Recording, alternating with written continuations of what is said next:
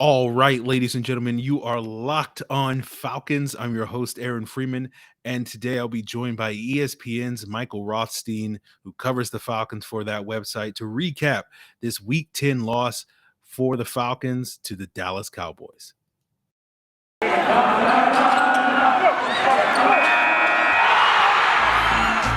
You are Locked On Falcons, your daily Atlanta Falcons podcast. Part of the Locked On Podcast Network, your team every day.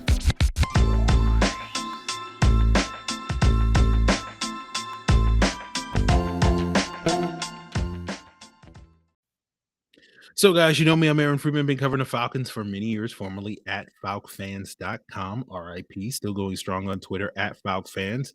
Of course, the host of this preeminent Locked On Falcons podcast, giving you written content on a weekly basis over at the SB Nation website for the Atlanta Falcons. That is, of course, the Falcoholic.com. Locked On Falcons, of course, is part of the Locked On Podcast Network, your team every day. And we want to thank you guys for making Locked On Falcons your first listen each and every day right here on the Locked On Podcast Network, where you can find Locked On Falcons free and available on a variety of podcast platforms, including Apple, Odyssey, Google, and Spotify, as well as now on YouTube, where you can see this handsome mug each and every day.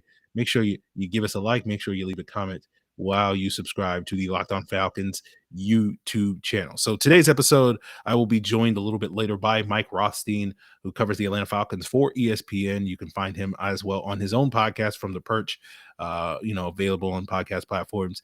And Mike's going to be joining us to talk about the Falcons' Week 10 loss to the Dallas Cowboys. We'll be talking a little bit about how to contextualize this sort of blowout loss, this embarrassing loss that the Falcons suffered on Sunday. We'll also be talking a little bit more about this team's identity and sort of the notion of their ability to win some of these close games late, which they didn't have opportunity to do on Sunday, but also sort of what they need to do offensively if they're going to be able to get their offense back on track for this closing stretch of games this season. Do they need to run the football more? Do they need to throw the football more? All those various things. So we'll get Mike's thoughts on that. And then we'll look ahead to this upcoming Thursday night matchup between the Falcons and Patriots, and we'll talk a little bit about what we can expect in this matchup, whether the Falcons can have a rebound game, what's going on with the Falcons injury situation.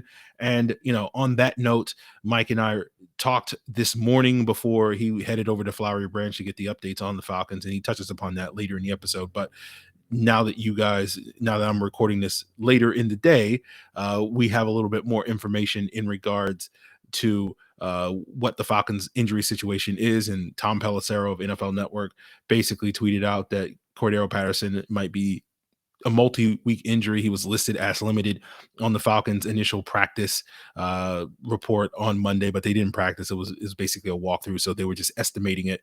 And as Mike touches upon later in the episode, we'll find out sort of a little bit more about Patterson as well as several other player status on the Tuesday practice report, as many of you guys are listening to this episode on Tuesday or watching this episode on Tuesday or whatever the case may be. So we'll keep an eye on that, but wanted to acknowledge that because, we record these things at different points of the day. So without further ado, let's jump into that conversation with Michael Rothstein of ESPN.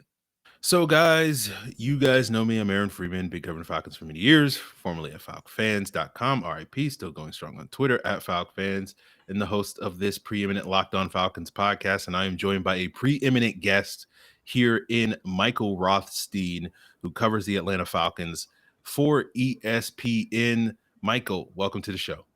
Thanks for having me, and apologies in advance to those who might be watching this on YouTube or wherever. As I was telling Aaron before we started, road Monday games, you end up looking pretty rough. And I look just rough enough that I did not really want to go on camera today, unless I absolutely have to. And luckily, Aaron gave me the out to not have to go on camera today. Yeah. Well, speaking of looking rough, it was a pretty rough game for the Falcons this past Sunday, 40-point loss to the Dallas Cowboys. I guess my first question for you, Michael, is how do we sort of contextualize this loss? Do we just look at this as kind of a one-off? The Falcons did not play well. They didn't show up. This was a bad matchup against the Cowboys. Or should we be looking more into this, reading more into this as a loss of being a little bit more meaningful than that? Well, and it's interesting. I talked about this a little bit on my podcast from the perch as well, that dropped on Monday morning. In that, I think it's a little bit of both. Now, Dallas was a terrible matchup for Atlanta, and you knew that from the jump, just based off of the same issues that we've seen from the Falcons all year, which is we knew that depth was a concern in a lot of areas. And that was exploited by Dallas over and over and over and over again. And there also is just this wide variance, and we've seen it throughout this season, of highs and lows with the Falcons under a first-year head coach, a new offense, a new defense, and a bunch of new pieces playing together. Now, midway through the season, a lot of that has been figured out, but they have had issues at certain positions. And so I look at those things and I say, like, that's how I look at it is, yes, I think the score itself, the 40-point blowout, is a one-off. You take it, you wash it. Matt Ryan said on Sunday, yeah, of course I need to learn from it because otherwise it's a day wasted. And there is truth in that. But a large majority of this, especially that second half, I think you can scrub and just say, I never want to watch that again. Unless maybe you're Josh Rosen because you haven't played in a game in a while. But Josh Rosen didn't look good either in his fourth quarter mop-up duty. So I think the bigger thing is to look at and say, okay, and I asked some players about this after the game, which is, do you feel like this shows a gap between the Atlanta Falcons and some of the best teams in the NFL? Because Dallas is, at least in my opinion, one of the top 5 or 6 teams in the NFL. And players said no, or they danced around the question. My answer is yes, it absolutely does. Because CeeDee Lamb against Fabian Moreau or Avery Williams is a matchup that CeeDee Lamb is going to win, 9.5 out of 10 times. And we saw that.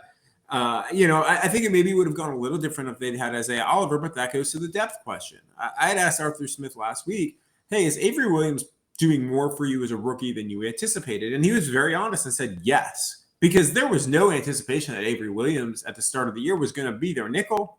Absolutely not. So they're in depth holes already.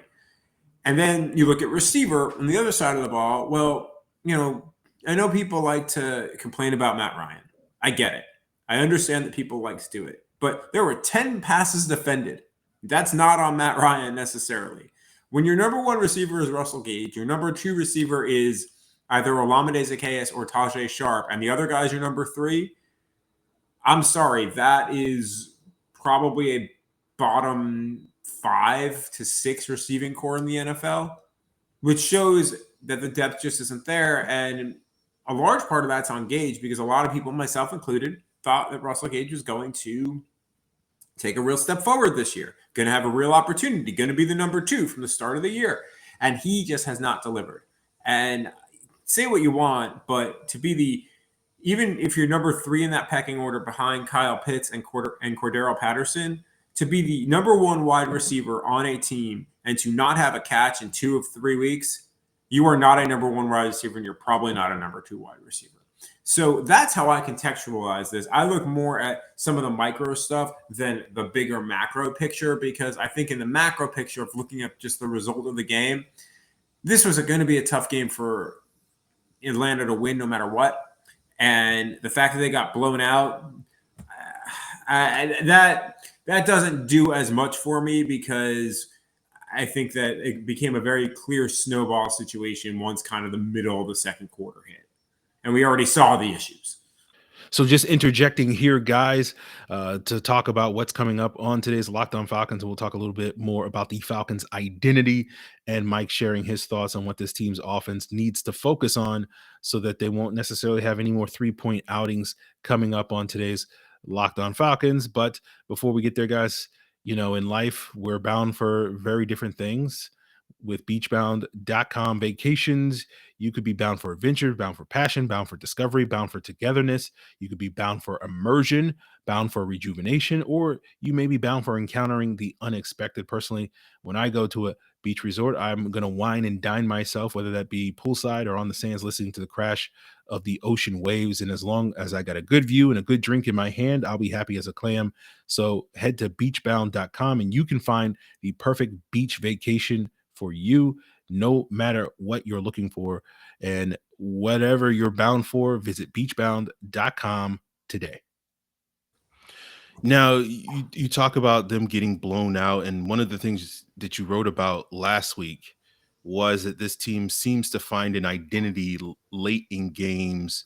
And obviously, that didn't necessarily apply on Sunday because they were kind of out of this game by the middle of the second quarter. But is this team basically a team as they have been in a lot of their wins this season, a team that if they can keep things close going into the fourth quarter, that they have a way of pulling out, and that's going to be something that they can rely on, to have success week in and week out this year? I think so. It goes back to what I was talking about before about variance, where this team, just more than maybe some other NFL teams, seems to have a higher range of unpredictability. But I would say more often than not, if I were watching the Falcons and it was a one possession game toward the end, I would feel pretty confident that they're going to have a real shot. Now, we saw what happened, obviously, during the Washington game. And technically, Carolina was a one possession game, although they were not playing well that day, right? Mm-hmm. That was I need to see something from the offense in order for this identity to work, because to me it's as much an offensive identity as it would be a team identity, what I wrote about. And maybe I should have been a little bit more clear in that, because the defense, I think, is what it is. We understand, and if you're watching this team and you don't get it at this point, I really don't know what to tell you. They are operating with a talent deficiency on defense, and they're operating with more than one that I thought of on offense, at least from the beginning of the season.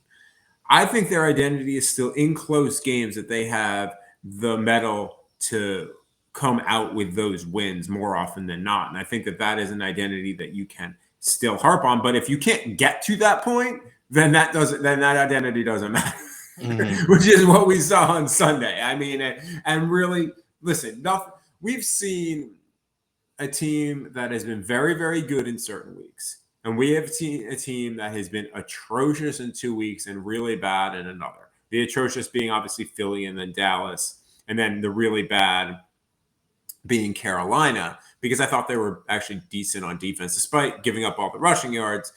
You hold the team to 19 points, you should win that game. And Atlanta's offense largely this year has been more productive than 19 points a game. So that to me was an offensive issue. But yeah, you have to be able to get to the end of the game for that identity to show up. I don't care what your identity is. If you're down 36-3 at half, your identity for that day is just, pack up your ball and go home. And we saw that, especially in the fourth quarter, because they're playing again on Thursday. And last thing you want is to get a guy come up with a pulled hamstring or something like that in the fourth quarter of a meaningless game because you're playing them, or Matt Ryan take an awkward hit or roll an ankle, and then all of a sudden, you're out for Thursday too, and that's the last thing you want if you're Atlanta. Yeah, I do want to touch upon that injury situation heading into this week a little bit later on the show, but you talk about the sort of the ups and downs we've seen from this offense, and when we talk about identity, typically, I'm thinking of, okay, what are you trying to do offensively? What are you trying to do defensively? I agree with you in general that I think the defense lacks a certain talent level, and particularly when you can't affect the quarterback in the ways that the Falcons can affect the quarterback, then there's really not a whole lot you're going to be able to do, particularly against high level quarterbacks like Dak Prescott, like we saw on Sunday. But on that offensive side, to me, it seems like this is a team that needs their offense to be able to consistently put points on the board. And you've pointed out several instances where this team has struggled to do so. And I guess my next question is sort of, what is the thing that they can kind of hang their hat on the offense? It seems like when this offense is clicking, it's primarily been the KP and CP show in terms of Kyle Pitts and Cordero Patterson. And, we've seen Arthur Smith wanting to run the football, but their running game has been, not very good. It's probably the kindest way I can say it throughout the season. That was very kind. And, when you are throwing that has forced them to kind of lean towards throwing the ball a lot more, but you've already touched upon that their wide receiver core, again, outside of Kyle Pitts and Cordero Patterson, has been very inconsistent and generally unreliable this season. So do you sort of lean on the passing game more, knowing that you're going to have that sort of variance that you're speaking of, or do you still try to continue to remain balanced with the running game, trying to get that going? And does that mean that we get more of Wayne Gallman, which is, I've heard a lot of people talk about these last couple of weeks of maybe seeing more of Wayne Gallman and less of Mike Davis. So what do you think the Falcons do offensively moving forward to try to figure this thing out on offense? I mean, I think a lot of it is what they have done in weeks past, which is a lot of Kyle Pitts, a lot of Cordero Patterson, as you were talking about. I don't think you abandon the run because you become one-dimensional at that point, and your offensive line is not good enough to handle being one-dimensional. You need to run as much to keep defenses off balance as you do have it be productive. And and Aaron, you've covered this for a long time. You know how this goes. Not every play is designed to be a 10-yard gain or a touchdown. Like sometimes you're running a play that you know is going to gain a yard because you're setting something up for 4 plays from now or 2 quarters from now.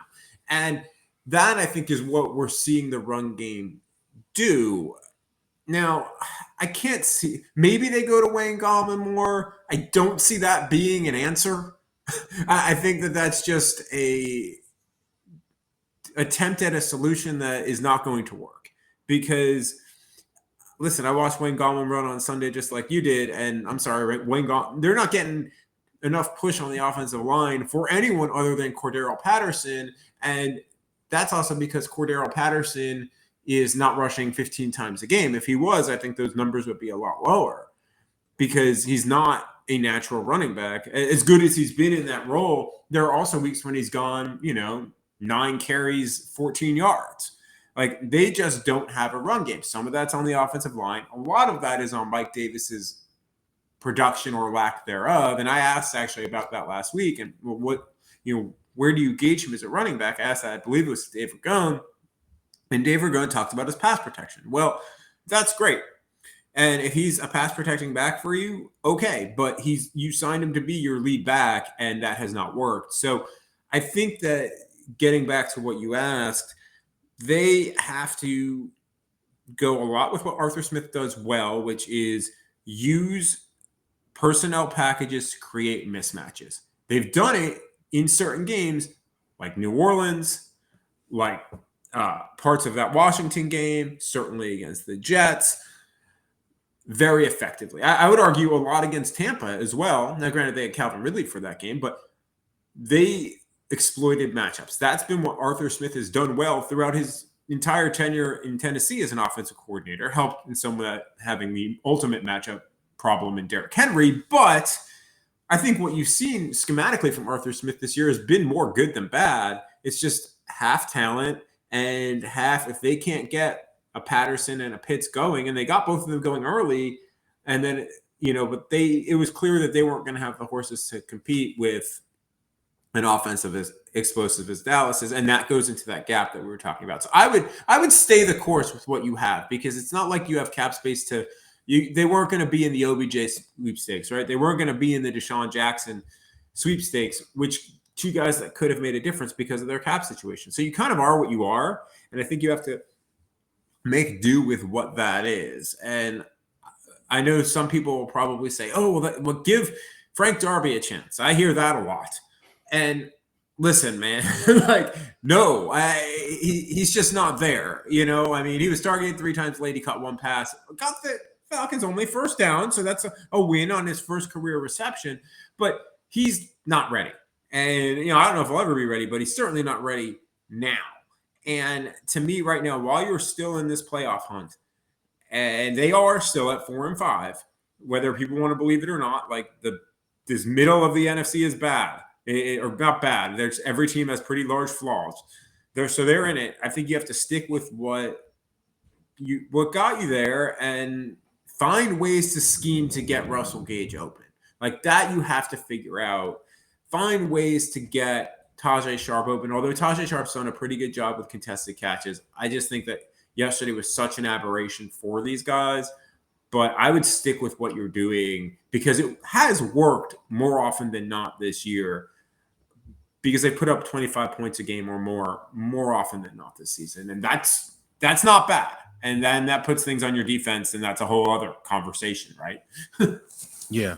So, not to put words in your mouth, but it does seem like stay the course, but there's probably going to be games like this moving forward, given the schedule arguably gets a little bit tougher for this home stretch, the second half of the season.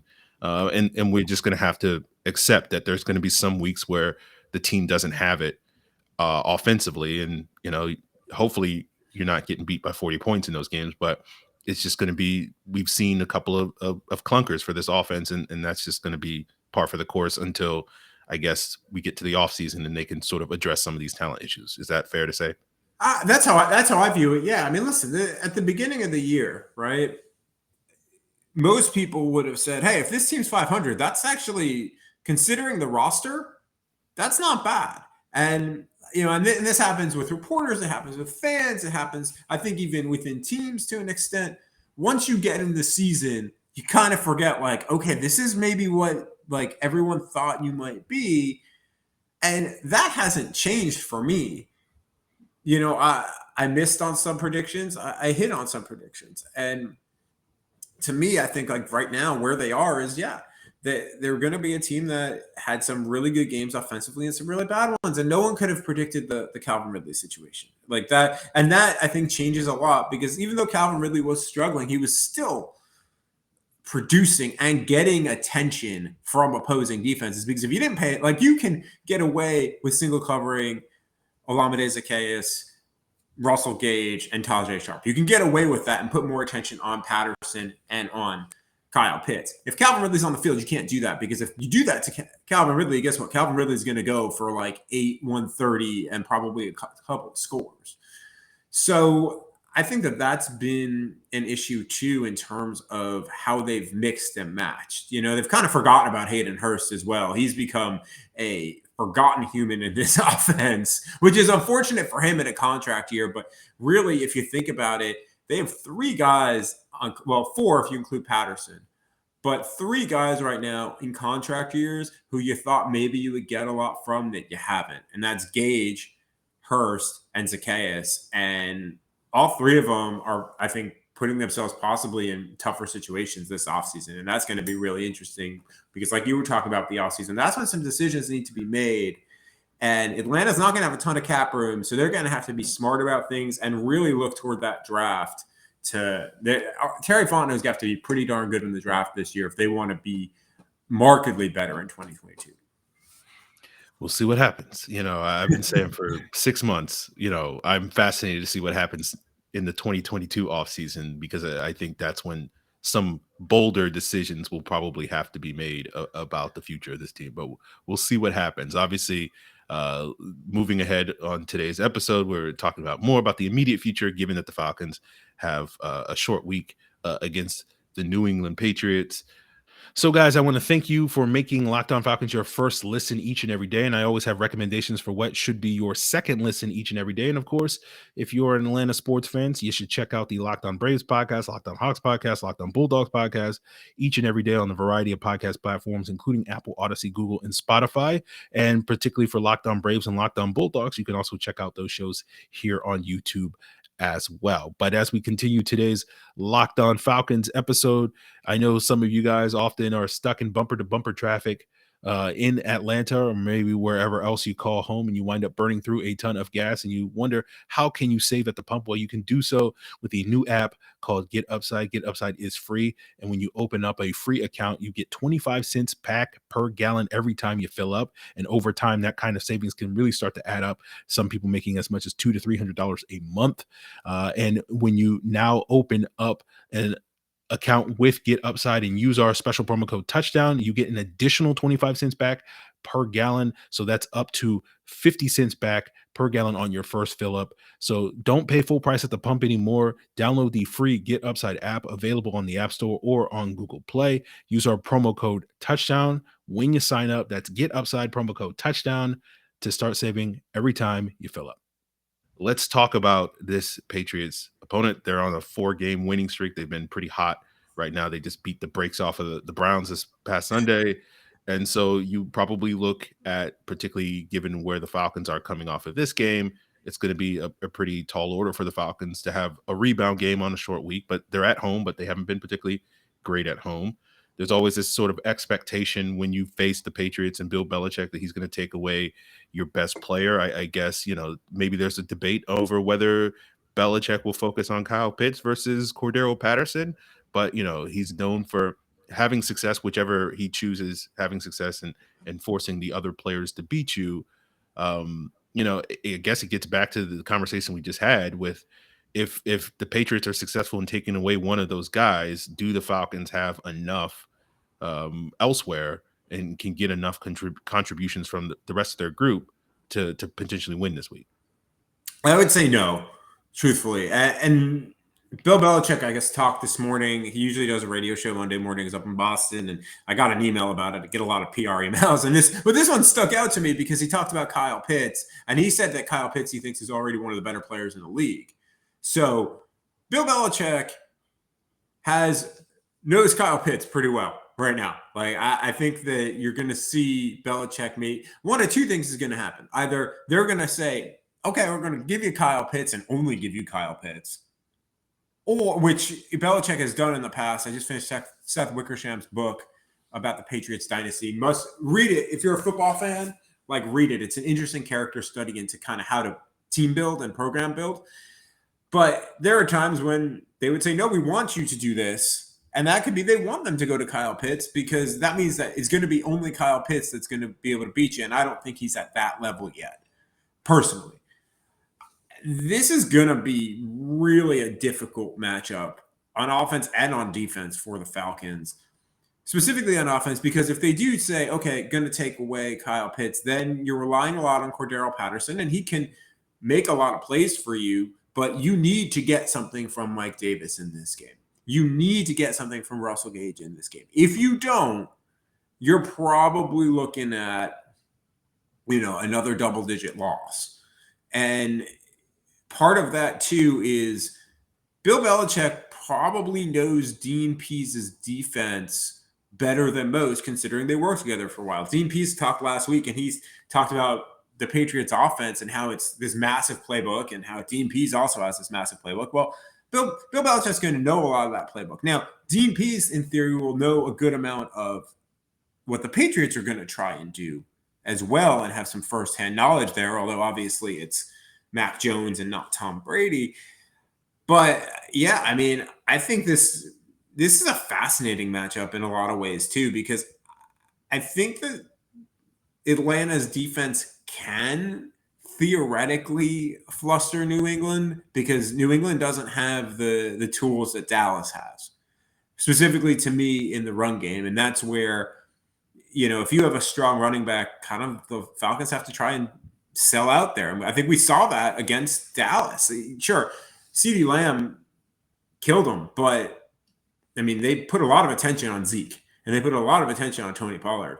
And that to me says, well, maybe they can be a little bit more balanced. Maybe they don't have to try to bring everything at that front in order to make a difference. And I'm curious to see how that goes. But yeah, this is a tough task for the Falcons, and really their third in a row that you're like, ooh, this is a really, really difficult matchup for them because they didn't play well against Carolina, but the Saints, Dallas, and New England all in a row, that's rough. And the other part of this too, Aaron, and I'm really curious to see this because again, this is my first year covering the team. I'm curious to see what Mercedes-Benz Stadium is like for a really their only national showcase of the year, but you're playing a team that travels well. I'm a Northeastern transplant myself from New York. I know there are a lot down here because I've met a bunch of them.